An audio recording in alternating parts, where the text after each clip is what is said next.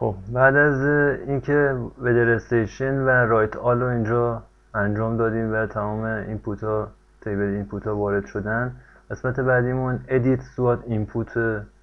تو این منوی مهمی هستش. این منو بخواد تو کارهایی که داره انجام میشه، شما پروژه یا مطالعاتی که میخواین انجام بدین، ممکنه بخواین سناریوهای مدیریتی، تغییر کاربر اراضی یا خیلی کارهای دیگه بخواین انجام بدین، تو این منو باید انجام بدین. هر چی هستش تو همینجا هستش. کاربری اراضی، سناریویی میخواین تعریف کنین، کاربری اراضی میخواین تغییر بدین یا کاری میخواین انجام بدین، تو این منو باید انجام بشه و تغییرات تو اینجا به صورت بگیره. اینجا اولین گزینه‌اش دیتابیس هستش که دیتابیس هایی که ما الان اینجا داشتیم تو پروژه، تو همین برنامه یا چیز، این دیتابیس ها رو اینجا میتونیم مشاهده بکنیم. تغییرات اگه لازم باشه تو دیتابیس رو میتونیم بدیم. ما اونجا یادتون باشه گفتیم که خاک، مشخصات خاک رو ما اومدیم رفتیم ساختیم طبق اون جداولی که داده بودیم، ساختیمش رو تو دیتابیس وارد کردیم. اینجا الان میتونیم، گفتم یه روش دیگه هم داره، اینجاست. اینجا یوزر سویل هستش که اوکی بکنیم.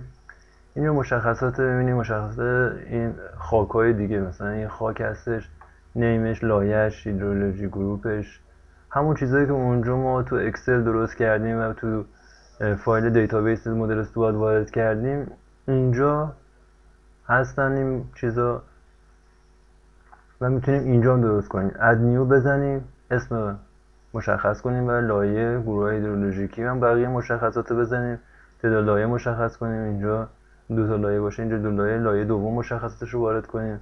همینطور برای خاک‌های دیگه و همینطور اون چیزایی که ما الان اونجا تو دیتابیس وارد کردیم می‌بینی اینجا هستن.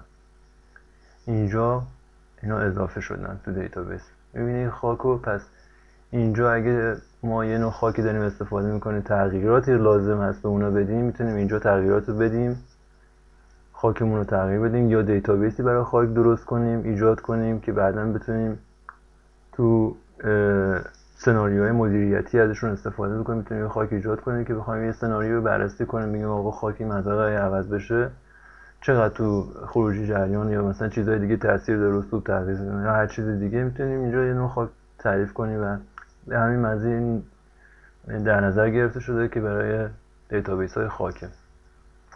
این همون روش دومی بود که برای ساختن مشخصات خاک بود. اینجا نیو ساختشه، ادیت کردن و سیو و دیلیت کردن و اگزیت هم که بعد از اینکه کار انجام شده اگزیت میکنیم.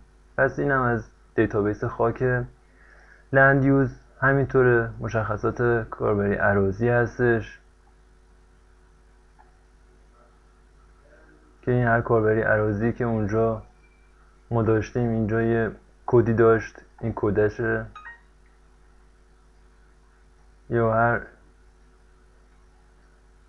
کاربری که اینجا میتونیم مشخصاتش رو میخوایم تغییر بدیم، میتونیم اینجا تغییر بدیم، کاربری اراضی جدیدی ایجاد کنیم برای کارهای مدیریتیمون. اگه میخوایم یه سناریو تعریف کنیم، یه کاربری اراضی اگه قرار شده ایجاد کنیم، میتونیم اینجا ایجاد کنیم، اد نیو بزنید و یه کاربری اراضی ایجاد کنید و بعداً تخصیص بدین به مدل و تاثیراتش رو ببینید. پس این هم تغییراتی تو کاربری اراضی که اینجا میبینید میتونید ایجاد کنید.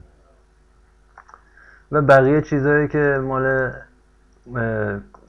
ودر استیشنش هم که ما تغییر داده، این هم اشاره کنم، این هم ودر استیشن هستش. مثلا این مدل مال ودر استیشن که هست که همینه که من خودم کار کردم اونجا وارد کردیم. اینجا هر کدوم مشخصاتش اینجا کلیک کنید میتونید ببینید. اینجا ودر استیشن جدیدی میتونید تعریف کنید و از اون استفاده بکنید.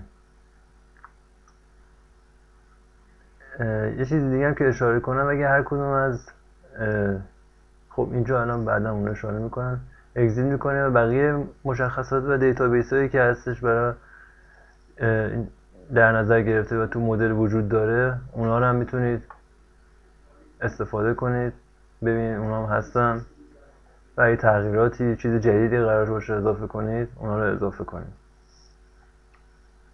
خب اینجا یه گزینه داریم پد سایتس، این هم که مربوط به آفت‌کشا هستش که اگه من آفت‌کشا رو میخوایم دیتابیسشون رو ببینیم و ببینیم مشخصات این آفت‌گوشا هست چی هستش، یا آفت‌گوشی هستش میخوایم اضافه کم بکنیم یا چیزی تعریف جدید بکنیم یا میخوایم ببینیم اون قبلی ها چی هستن. اینجا میتونیم مراجعه کنیم و اونا رو ببینیم. بعدش هم اینم مال کود هستش، مشخصات کود هستش که یه سری اینا تعریف شده که اینا رو میتونیم ببینیم چی هستش، چیز جدیدی کم و زیادی میخوایم بکنیم از اینا استفاده میکنیم. تیریج هم مال کشاورزی و کشت و ایناست، مشخصات اونا رو میتونیم ببینیم. یه چیزی که اینجا من میخواستم اشاره کنم این چیزایی هستش که اینجا مثلا ممکنه ما یه گزینه داشته باشیم EFTM IX، مثلا این مثلا ما اینا نمیدونیم چی هستش یا میخوایم از هم چیزی تعریف کنیم نمیدونیم چی هستش. اینا رو میتونید تو فایل SWOT.io یا SWOT input output مراجعه بکنیم، سرچ کنیم و اونو پیدا کنیم. مثلا این SWOT input output 2009 مثلا این گزینه رو ما نمیدونیم چیه، EFTMIX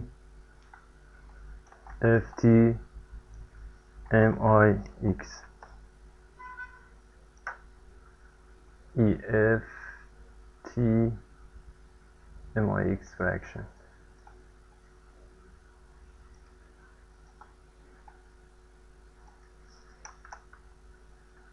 مثلا اینو پیدا نکرد. حالا مثلا یه چیزای دیگه ممکنه حالا بعضیاشون نباشه، حالا با تو خود منوالش خونده بشه اینا رو پیدا کنی، اما باید باشه بیشترشون. حالا واسه تو مثلا خاک رو ببینیم اینجا مثلا سول آندرلاین BD،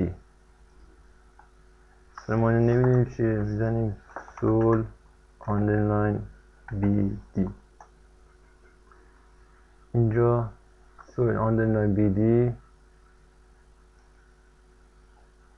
سرچ بعدیش ایناش. مثلا اینجا توضیح کاملی در مورد سویل آندرلاین BD داده، بقیه مشخصاتش هم همینطوره در مورد سویل هستش، اینجا کامل توضیحاتش هست. پس اگه اینجا تو این منوها یک کدومشون متوجه نشده میتونید سرچ کنید تو SWOT input output یا SWOT IO فایلش مراجعه کنید. تمام اینپوت آوتپوت های اینجا میتونید پیدا کنید. حالا ممکنه یکیش مثل این نبودش میرم تو داکیومنشن یا تئوریکالش میتونیم اون رو بگردیم و پیدا کنیم که خیلی به کارم میاد این فایل PDF که چون خیلی چیزای زیادی هستش که مثلا ما ممکنه این هر کدوم از اینا ما نمیدونیم چی هستش. با سرچ کردن اونجا میتونیم اینا رو پیدا کنیم، رنجشون رو پیدا کنیم، عددی که مناسب هستش برای قرارگیری تو اینا رو میتونیم اونجا پیدا کنیم و اونا رو استفاده بکنیم. خب این هم که یکم که میونه سپتیکه، اگه سپتیکی داشته باشیم اینجا تعریفش میتونیم انجام بدیم و اونو تعریف کنیم. خب پس بنابراین دیتابیس هایی که خود سواد داره اینجا میتونیم تغییراتی که لازم باشه، چیز جدیدی قرار باشه اضافه کنیم، سناریویی میخوایم اضافه کنیم، اینا رو میتونیم اینجا ایجاد کنیم و یا تغییراتی ایجاد کنیم. خب بعدیش پوینت سورس دیشارژ هستش که حالا ما پوینت سورسی نداشتیم تو ابتدا که داشتیم کار میکردیم. اگه یادتون باشه که نقاط خروجی از حوزه ها رو زدیم، اونجا میتونستیم پوینت سورسی ایجاد کنیم، مثلا یه سورس داشته باشیم، یه منطقه‌مون حالا مشخصاتی به حوزه وارد بشه یا چیزی به حوزه وارد میکنن، اونجا پوینت سورس ما میزدیم. بعد اینجا پوینت سورس مشخصاتش ما تغییرات لازم رو ایجاد میکردیم که گفتم پوینت سورس رو اونجا میزنیم، اینجا تغییرات رو میدیم. یا اینلت دیشارژ این هم همینطور، همونجا اگه تو منوی واترشد دلینیتور بودش یادتون باشه داشتیم اونجا نقطه‌شو وارد میکردیم، اینجا مشخصات رو وارد میکنیم. بعدیش ریزرویر هم همچنین، یعنی بزنم اوکی باز میاد.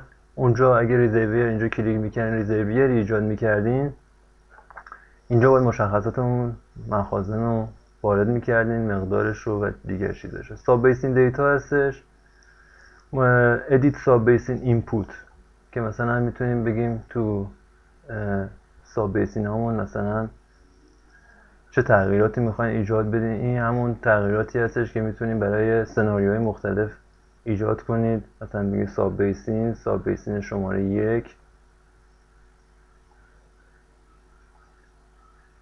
انتخاب میکنه، مثلا سویلش رو، لندیوزش رو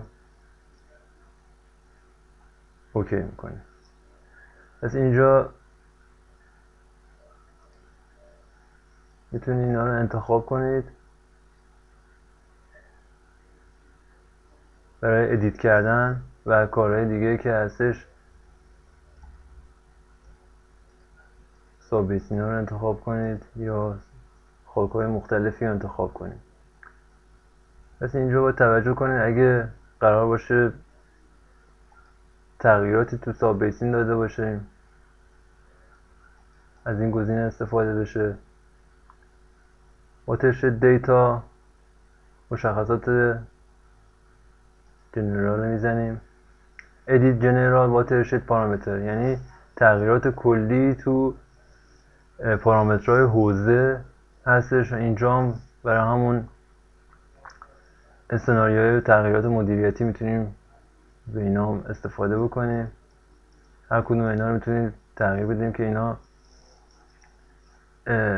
جنرال واترشد پارامتر هستن، پارامترهای اصلی هستن. ادیت ولیو که بزنیم اینجا متدهایی که مثلا برای ران آف رینفال، مثلا سورفیس ران آف، ما اومده اینجا متدی که استفاده کردیم اینجا متدش رو هستش، میتونیم متد رو تغییر بدیم اگه اینو لازم نداریم، یا این متد تفکیک تحرک و این چیزایی که این خودش پیش‌فرض در نظر گرفتن اینجا میشه تغییر داد متد و روش‌هایی که هستش.